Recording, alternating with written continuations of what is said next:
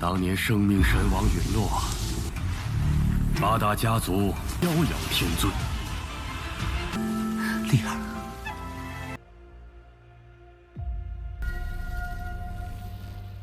Lalu, Qin Yu memerintahkan kepada Tanju untuk masalah monster iblis, dialah yang akan menjadi ketuanya. Lebih tepatnya, dialah yang akan melindungi mereka, mengurus, serta mengatur. Sedangkan ya, untuk dia sendiri, tetaplah melanjutkan pelatihannya, begitu juga dengan He Yu. Hari demi hari dia lewati, pada akhirnya, Qin Yu berhasil untuk memasuki kesadaran alam semesta. Dirinya sendiri tampak begitu terkejut karena dia tidak menyangka bisa memasuki ranah alam semesta dengan begitu cepat. Lalu ada beberapa bola cahaya ketika dipegang olehnya langsunglah berubah menjadi planet. Disinilah dia telah menyadari untuk ranah alam semesta memang begitu sangatlah lengkap. Lantas dia mempunyai sebuah ide yang dimana dia akan memulai dari awal dengan dunia fana. Setelah berhasil membuat dunia fana, di dalam dunia tersebut, Qin Yu juga langsung membentuk sebuah bangunan, layaknya seperti Maha Pencipta yang bisa untuklah melakukan apapun. Ya sebetulnya sudah ketebak apa rencana dia setelah ini. Tidak sampai di situ juga, dia membangun sebuah kediaman tentang masa lalunya. Dari bentuk pohon, bentuk bangunan, sampai tempatnya juga benar-benar begitu sangatlah mirip. Hal inilah yang membuat dia menjadi begitu sangatlah rindu dengan masa lalunya. 这里的一草一木， Lalu untuk keesokan harinya, Qin Yu bertemu dengan Nona Huang Fujing. Kedatangan darinya karena diperintahkan oleh ayahnya, dia diminta untuklah menanyakan bahan apa saja yang dia butuhkan untuklah berlatih. Tetapi Qin Yu meminta tidak perlu untuklah terburu-buru. Jika memang dia benar-benar membutuhkannya, maka dia akanlah datang dengan sendiri untuk meminta bantuan. Lalu untuk Nona Huang Fujing langsunglah mempertanyakannya apakah dia ini tidaklah bosan dengan berlatih sepanjang waktu dan mengapa dia tidak mengambil cuti sehari atau 2 hari untuklah beristirahat dan meninggalkan kota Xuanjing serta pergi untuklah berjalan-jalan. Tetapi ya tetap saja di otaknya Qin Yu tetaplah berlatih dan berlatih karena masih ada satu impian yang haruslah dia wujudkan, yaitu mendapati pengakuan dari keluarganya Jiang Li'er. 放心，还是日后再说吧。 Sementara itu ya di kediaman Kaisar Jiang, Paman Jiang sedanglah dimarahi oleh kakaknya atau ayah dari Jiang Li'er, yang dimana mereka ini sedanglah berdebat tentang pernikahan dari Li'er guys. Dan untuk Paman Jiang, dia hanya inginlah melihat Li'er benar-benar begitu bahagia. Jadi untuk pernikahannya haruslah mengikuti keinginannya.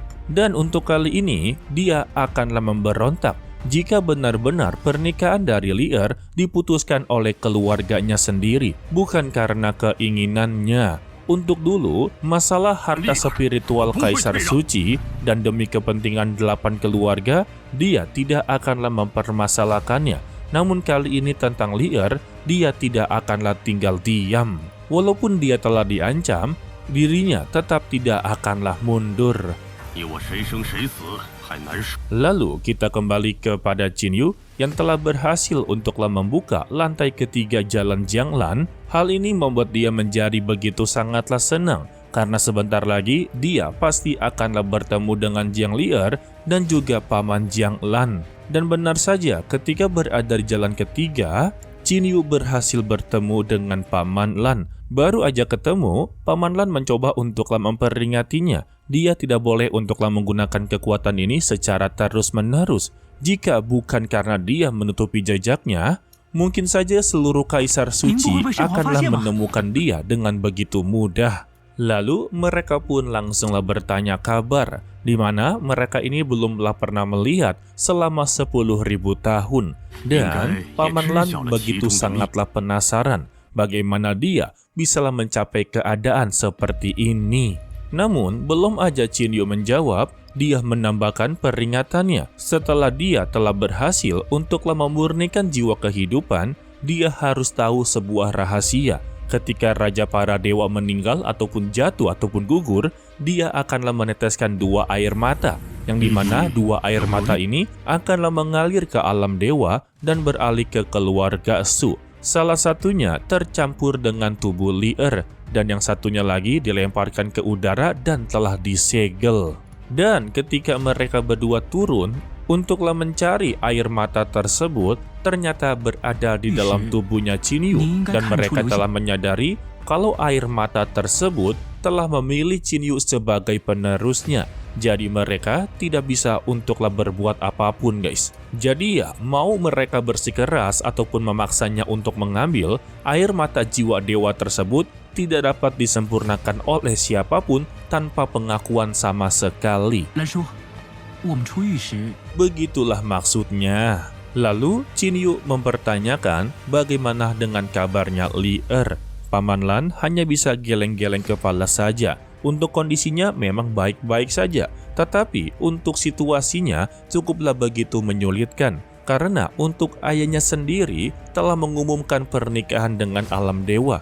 Jadi, kedatangan dia di sini untuk memberitahu kalau dia sendiri telah menolak pernikahan tersebut, tetapi ya percuma saja, ini adalah keputusan orang tua. Dia tidak bisa berbuat apa-apa. Yang bisa dia lakukan saat ini yaitu hanya menunda pernikahannya ataupun menghambatnya agarlah benar-benar tidak terjadi. Terlebih, dia meminta kepada Qinyu untuk janganlah terburu-buru. Sebab dengan kekuatan dia kali ini tidaklah mungkin bisa untuk menghentikannya. Terlebih juga untuk para pasukan alam dewa ini telah terjadinya sebuah perselisihan yang nantinya akan terjadi sebuah perang alam dewa dan dibagi oleh 8 keluarga. Yang dimana 8 keluarga ini akan selalu berselisih dan berselisih serta bersaing untuklah mendapati kekuasaan. Layaknya seperti sebuah peringkat, siapa yang paling tertinggi, ya dialah yang akan memimpin seluruh alam para dewa, guys. Begitu. Dari 8 keluarga dewa ini terbagi menjadi 4 kubu. Dari Duan Mu, Tang, dan Mu membentuk sebuah aliansi untuklah melawan keluarga Jiang dan klan Shen Tu. Tetapi untuk keluarga Huangfu serta keluarga Putai tidak suka untuklah berperang. Jadi mereka berdua ini saling mendukung satu sama lain. Sedangkan untuk keluarga Zhou mempunyai pasukan khususnya sendiri. Bisa dikatakan ya, untuk keluarga Zhou ini cukuplah begitu kuat, guys. Dia memiliki pasukan yang begitu kuat, memiliki senjata yang bisa mengeluarkan sebuah bencana alam, ditambah mereka memiliki salah satu dari 3 dewa besar, yaitu Dewa Petir. Ya, intinya keluarga Zhou ini benar-benar hebat lah. Dan Qinyu menjadi begitu penasaran bagaimana cerita tentang perang dewa dari 6 juta tahun yang lalu. Yang ternyata, guys, Dewa Petir dari keluarga Zhou ini adalah salah satu dewa kuno yang telah ikut serta dalam peperangan 6 juta tahun yang lalu. Bahkan reputasinya saja sudahlah menyebar luas. Dia adalah dewa tertinggi di antara ketiga dewa. Namun, untuk asal-usulnya bisa dikatakan begitu sangatlah serius. Dan juga untuk rumornya, sekarang ini ada 4 pesaing yang bisa untuklah mengimbangi kemampuan dari Dewa Petir, yaitu keluarga Hao, Pangeran Jenius dari Huo Yanshan, Duan Muyu, dan yang terakhir adalah pangeran dari kota Leva yang disebut sebagai Zhou Xian. Walaupun kemampuan mereka tidaklah begitu menonjol, tetapi sebetulnya mereka memiliki kemampuan yang cukuplah luar biasa. Dan untuk keempat mereka ini sebetulnya bukanlah pesaing dari Dewa Petir, melainkan akanlah menjadi pesaing dari Qinyu. Mendengar itu ya, Qinyu sama sekali tidaklah takut. Justru dia semakinlah tertantang dan termotivasi untuklah menjadi lebih kuat, agarlah mereka berempat ini bukan lagi tandingannya. Setelah dari semua pembicaraan tersebut, Qinyu mempertanyakan kepada Paman Lan, bolehkah dia untuklah bertemu dengan Lier. Beruntungnya saja untuk Paman Lan, salah satu pria yang begitu peka karena dia telah membawanya ke sini. Dan pada akhirnya, mereka berdua pun bertemu kembali. Hai. Alhasil ya, mereka pun langsunglah melepas rindu dan bernostalgia tentang masa lalu mereka berdua.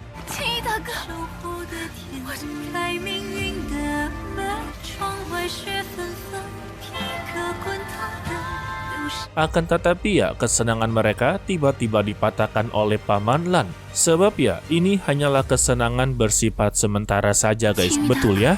Sebab ada sebuah kenyataan yang haruslah mereka hadapi. Dan mereka sudahlah tahu betul, yaitu Qin Yu tidaklah direstui oleh ayahnya. Jadi pertanyaannya, bagaimana cara mereka berdua untuklah mengatasi semua ini? Untuk Paman Lan, bukan hanya untuk menakut-nakuti mereka saja, tetapi dia juga mempunyai dua solusi. Yang pertama, dia akanlah mendukung Qin Yu untuklah melakukan kawin lari. Aduh, buset dah.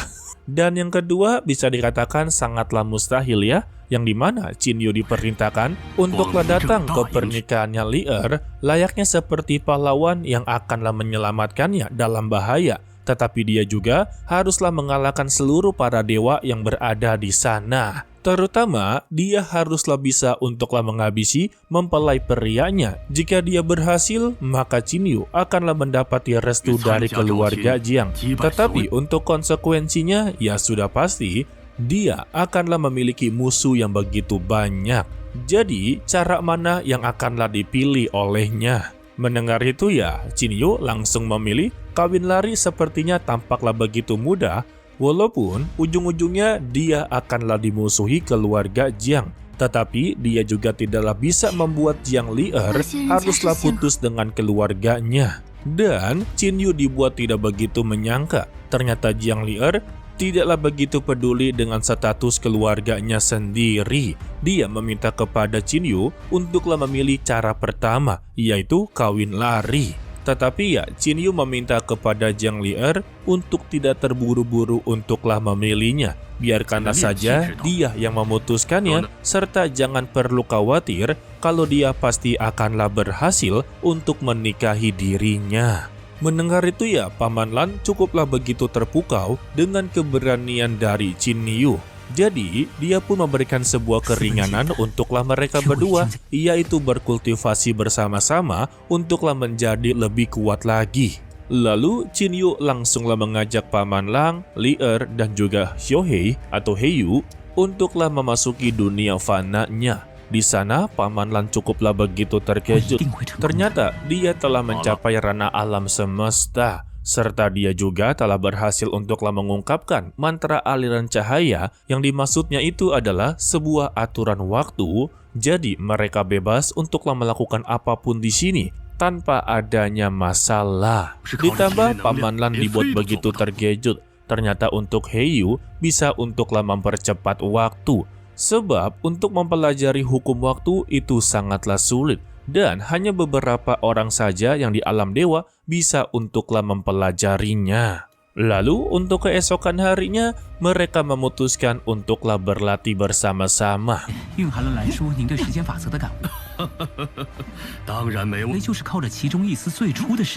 Untuk Li Er ya, dia hanya berlatih seperti biasa. Tetapi untuk Qin Yu, selalu saja ada gebrakannya.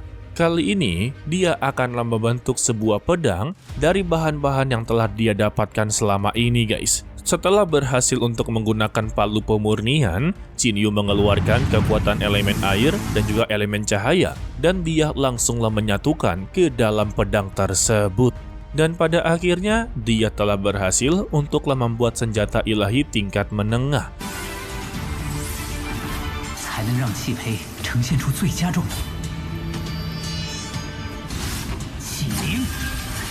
Dan kononnya, ini adalah pencapaian terbesar dalam 10 juta tahun.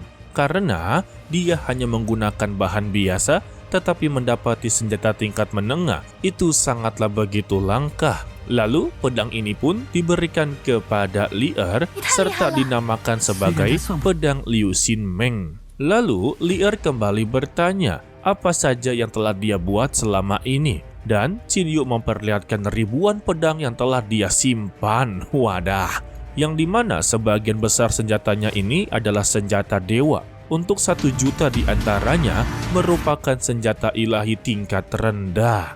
Ini namanya bukan lagi ribuan pedang, melainkan jutaan pedang. Sontak ya, untuk Li Er cukuplah begitu terkejut serta terpukau kepadanya. Dengan begini ya, dia sudah pasti bisa untuklah menjadi dewa perang yang baru. Bahkan, mungkin saja nantinya dia bisa untuklah melampaui para dewa perang.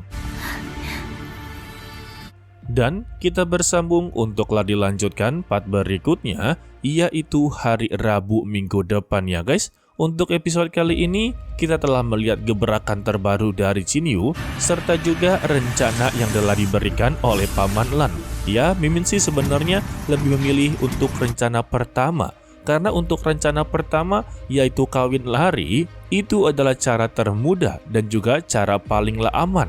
Untuk cara kedua itu 50-50 ya. Memang terlihat begitu sangatlah keren datang di pernikahan orang dan mengacak-ngacaknya, bahkan mengalahkan seluruh para dewa. Itu pun kalau berhasil untuklah mengalahkannya.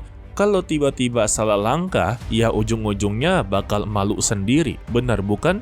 Walaupun berhasil ya, ujung-ujungnya sama seperti rencana pertama, mereka akanlah kawin. Tetapi juga mereka akanlah dicari-cari oleh seluruh para dewa. Begitu guys. Jadi untuk konsekuensi dari dua cara tersebut ya sama saja, mempertambah masalah dan memperbanyak musuh. Oke lah, sepertinya cukup sampai di sini saja dulu untuklah video kali ini. Mimin ucapkan terima kasih kepada kalian yang telah menonton sampai akhir. Pesan dari Mimin, tetaplah menjadi orang yang baik walaupun itu sangatlah sulit. To be continue, sampai jumpa di video berikutnya. Bye bye.